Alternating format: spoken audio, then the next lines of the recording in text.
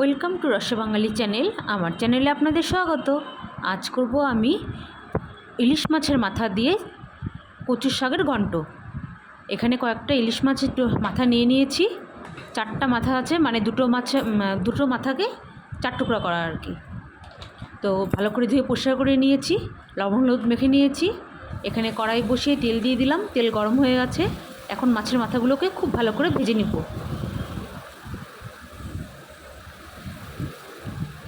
বেশ একটু তেল বেশি দিতে হবে, যেন এমন করে দিতে হবে এই তেলেই যেন কচু শাকটা হয়ে যায়, সেরকম করে দিতে হবে। তাহলে কিন্তু কচু শাকটা খেতে বেশি ভালো লাগবে। আর এখানে আমি শোলা কচু নিয়েছি।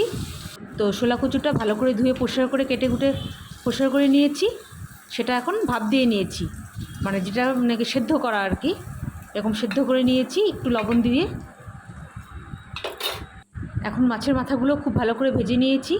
এখন এই তেলেই দিয়ে দিব জিরা ফোড়ন। আমি আর এক্সট্রা তেল দিব না, দিয়ে দিলাম জিরা ফোড়ন। এখন দিয়ে দিচ্ছি দুটো তেজপাতা, আর দিয়ে দিচ্ছি কিছু চেরা কাঁচা লঙ্কা। আপনারা চাইলে শুকনো লঙ্কাও দিতে পারেন। শুকনো লঙ্কা সোমবারে দিলেও কিন্তু সেন্টটা খুব ভালো আসে।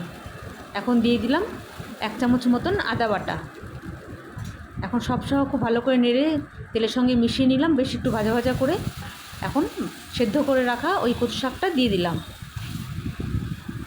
এখন সব সহ খুব ভালো করে মিশিয়ে বেশ কিছুক্ষণ টাইম নেড়ে চেড়ে আলগা জলটা শুকিয়ে নিতে হবে।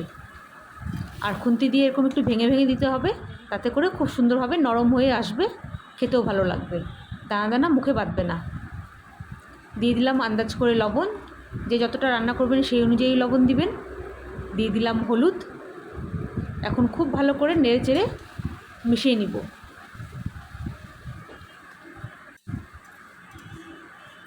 বেশ কিছুক্ষণ টাইম ভাজলে পারেই, মানে বেশ 5 মিনিটের মতন ভাজলেই কচু শাকের থেকে আলগা জলটা শুকিয়ে যাবে। দেখুন অনেকটাই টেনে আসছে জল।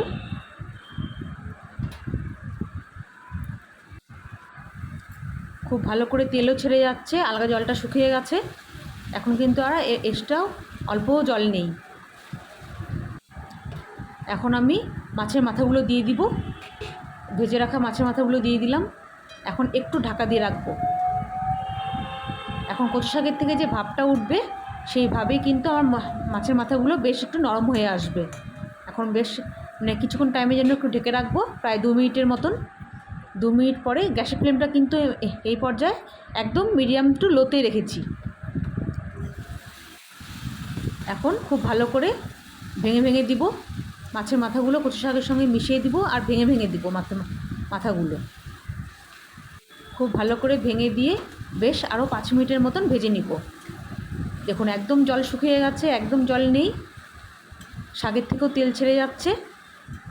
খুব সুন্দরভাবে এরকম নেড়ে চেড়ে মিশিয়ে বেশ একটু টাইম নিয়ে ভাজতে হবে। এখন আমি দিয়ে দিব একটু চিনি। আমি এখানে 4 চামচে আধা চামচ চিনি নিয়েছি, টেস্টটা ব্যালেন্সের জন্য। আর কচু শাকে কিন্তু একটু মিষ্টি মিষ্টি হলেই খেতে বেশি ভালো লাগে। খুব ভালো করে মিশিয়ে নিচ্ছি। হয়ে গেল আমার খুব সহজভাবে কচু শাকের মাছের মাথা দিয়ে রেসিপি। যদি রেসিপিটা ভালো লাগে please like share and comment করবেন, আর অবশ্যই সাবস্ক্রাইব করবেন প্লিজ, আপনাদের কাছে অনুরোধ রইল।